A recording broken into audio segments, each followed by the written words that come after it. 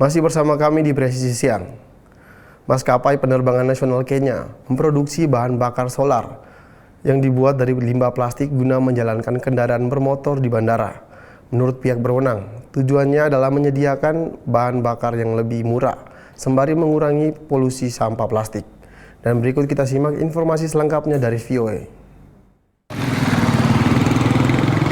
Pembuangan plastik yang tidak terkendali di Kenya sering meningkatkan polusi dan limbah di lingkungan. Sebagian besar plastik ini berakhir di tempat pembuangan sampah. Namun Oktober lalu, maskapai penerbangan nasional Kenya Airways meluncurkan proyek untuk mengubah plastik menjadi bahan bakar. Plastik dicacah dan dimasukkan ke dalam wadah ini. Panas akan memecah plastik menjadi minyak yang kemudian disuling menjadi bahan bakar solar untuk kendaraan darat. Menurut kepala operasi perusahaan ini, setidaknya 1.000 liter bahan bakar diproduksi setiap hari. We get people to work here in the plant and we get people to work in the community to collect that plastic from the community and pays money as well for the community. So we take that waste plastic from the community around and we use that. So 98% comes from the community around us. 2% comes from the airline. Para ilmuwan mengatakan, solar yang dihasilkan dari sampah plastik kurang efisien dibanding bahan bakar biasa, menghasilkan emisi gas buang yang lebih tinggi, dan memiliki titik nyala yang lebih rendah sehingga lebih mudah terbakar. Pada saat yang sama, pasokan dan harga minyak tidak menentu, dan Kenya hampir tidak memproduksi minyak mentah. Jadi menurut para ahli, menciptakan alternatif bahan bakar sangatlah penting. You begin to change people to renewable energy, and then also cut the dependency on fuel, on the traditional hydrocarbon fuels. And the earlier you do it, the better it will be for the country. Selain itu, polusi plastik masih menjadi masalah yang signifikan di Kenya, meski ada komitmen nasional belum lama ini untuk meningkatkan daur ulang. Diperkirakan 92% plastik di Kenya dikelola secara tidak tepat, dan hanya 7% yang didaur ulang menurut laporan terbaru.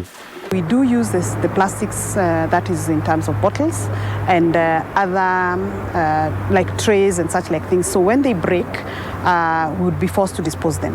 But now with the plant, we are able to bring them back here and recycle the same to produce diesel.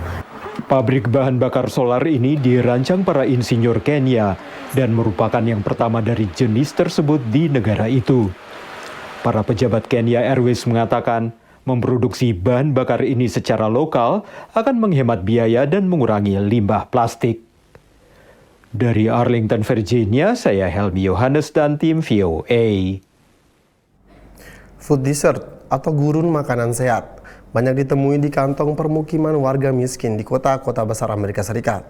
Puluhan organisasi di kota New York memberikan kelas berkebun gratis untuk anak dan remaja dengan misi memberi akses ke sayur dan buah segar, serta membiasakan makan sehat. Berikut kita simak informasi selengkapnya dari VOA. Kawasan Brownsville di kota New York dihuni mayoritas warga yang kurang mampu, yang kesulitan membeli bahan makanan bergizi.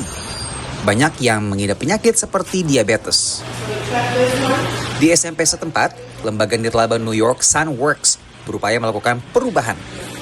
Mereka mengajarkan kelas berkebun agar siswa terbiasa makan lebih sehat dan bisa swasembada menyediakan sayuran segar untuk komunitasnya. So we're in 350 public schools. That is 350 farms in the 5 boroughs of New York.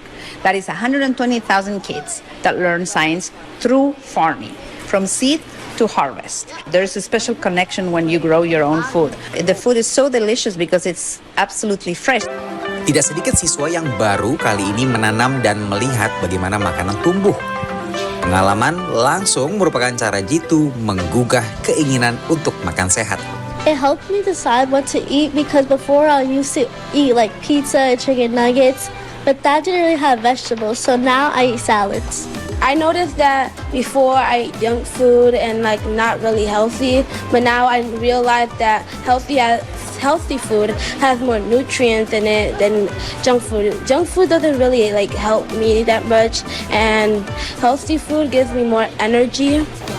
Nah, saya berada di salah satu taman yang berada di kawasan Manhattan di New York City yang Meskipun banyak gedung-gedung tinggi, tapi juga terdapat banyak sekali taman publik seperti tempat saya saat ini. Nah, puluhan diantaranya adalah taman-taman yang juga difungsikan untuk sarana edukasi berkebun dan nutrisi untuk para siswa-siswa yang tinggal di permukiman miskin di New York City yang kekurangan akses terhadap sayuran, segar, dan juga nutrisi.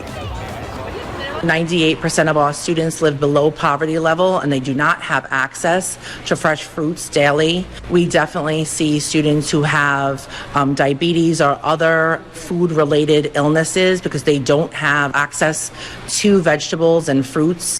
Dengan membawa pertanian ke kelas, program-program ini bukan hanya mengajarkan berkebun, tapi juga melatih membuat keputusan lebih sehat yang punya manfaat seumur hidup. The closer that kids get to seeing where food comes from and growing it and nurturing it and taking care and compassion for how food is grown, that translates into impacting what they're eating and their habits so that maybe they won't end up like their grandparents or their family members who are having to live with diabetes. Panen merupakan bagian penting dari kurikulum. The students harvest hundreds of pounds of vegetables they grow in the classroom and they bring it home. So it is an additional connection, an additional joy to connect the classroom with home. Bertambahnya program seperti ini di berbagai sekolah diharapkan bisa menghasilkan generasi muda yang lebih sehat. Dari kota New York, VOA. Tetaplah bersama kami, Presisi yang akan segera kembali.